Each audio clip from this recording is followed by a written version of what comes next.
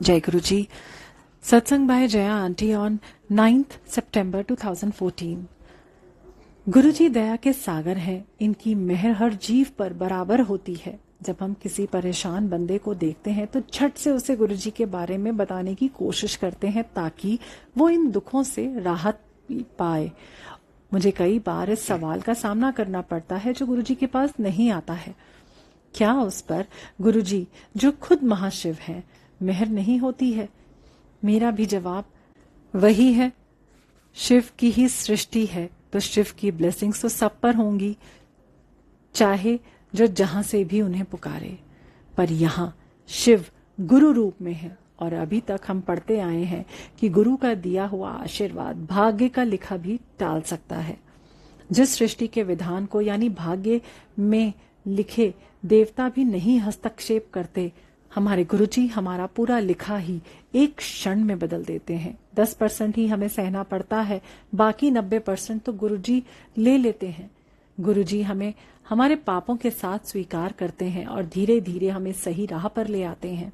यहाँ भगवान के दर्शन के लिए हमें तपस्या कर अपने को शुद्ध नहीं करना पड़ता है। गुरुजी से जुड़ते ही गुरुजी किसी न किसी तरीके से हर संगत को बता देते हैं कि वो उसके साथ हैं। यदि हमारा कल्याण यहाँ नहीं होता तो कहीं और कुछ भी नहीं हो सकता है। ये हर संगत को समझ आ जाता है। ये वजह है कि हम लोगों को गुरुजी के पास आने को कहते हैं, पर सबका अपना अपना वक्त मुकर्रर किया गया है।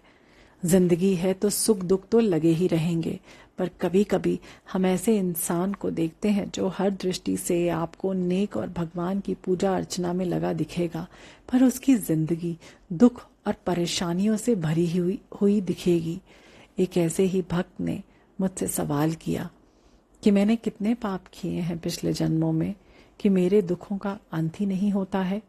मेरे पास कोई जवाब नहीं है, पर एक कहानी जो मैंने सुनी थी उसे सुनाई, वो आपसे भी शेयर करती हूँ। एक बार 3 जीव मरने के बाद भगवान के पास पहुंचे। तीनों के कर्मों के हिसाब किताब बिल्कुल बराबर थे। भगवान ने कहा कि मैंने तुम तीनों को अलग अलग बंद बॉक्स भेज रहा हूं, तुम्हें जो भी चाहिए अभी ही मांग लो।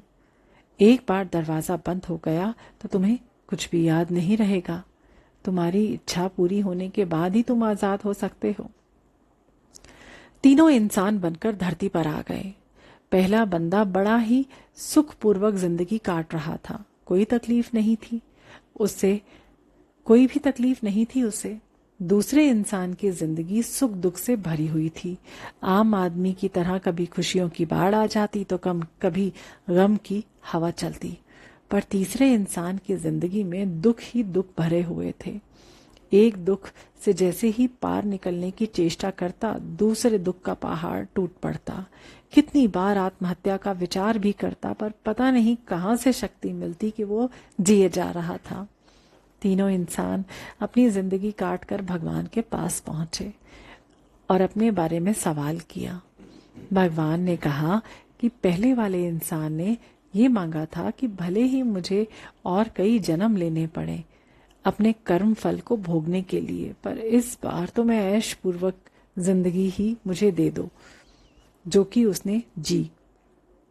दूसरे ने मांगा, मैं ज्यादा तो नहीं झेलना चाहता हूं, पर मेरे कर्म फल भी कटते रहे, इसलिए मुझे दोनों सुख और दुख दे दो, जैसा कि उसे भोगना पड़ा।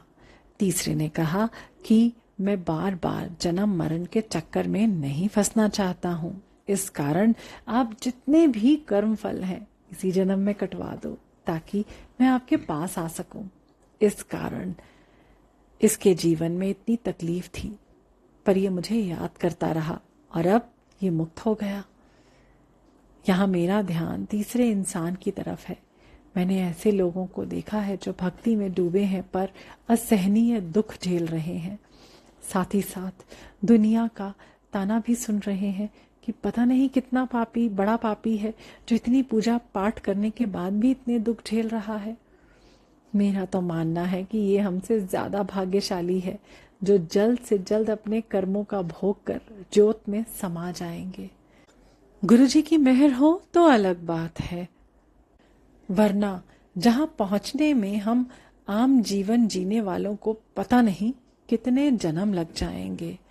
जब भी हमें कोई दुख दे और हम खुद से हंसकर कहें कि चलो एक और कर्म कट गया, तो ये कर्म फल को भुगतना आसान हो जाता है। और जब आप बिना शिकायत के अपने कर्म फल को गुरुजी जब अपने कर्म फल को स्वीकार करने लगते हैं, तो ईश्वर की दया दृष्टि भी आपके साथ शामिल हो जाती है। गुरुजी बहुत दयालु हैं, वो हमारा हाथ कभी नहीं छोड़ते। इस विश्वास के साथ अपने कर्म फल हम भोगें। गुरुजी की मेहर तो हम सब पर है ही। जय गुरुजी।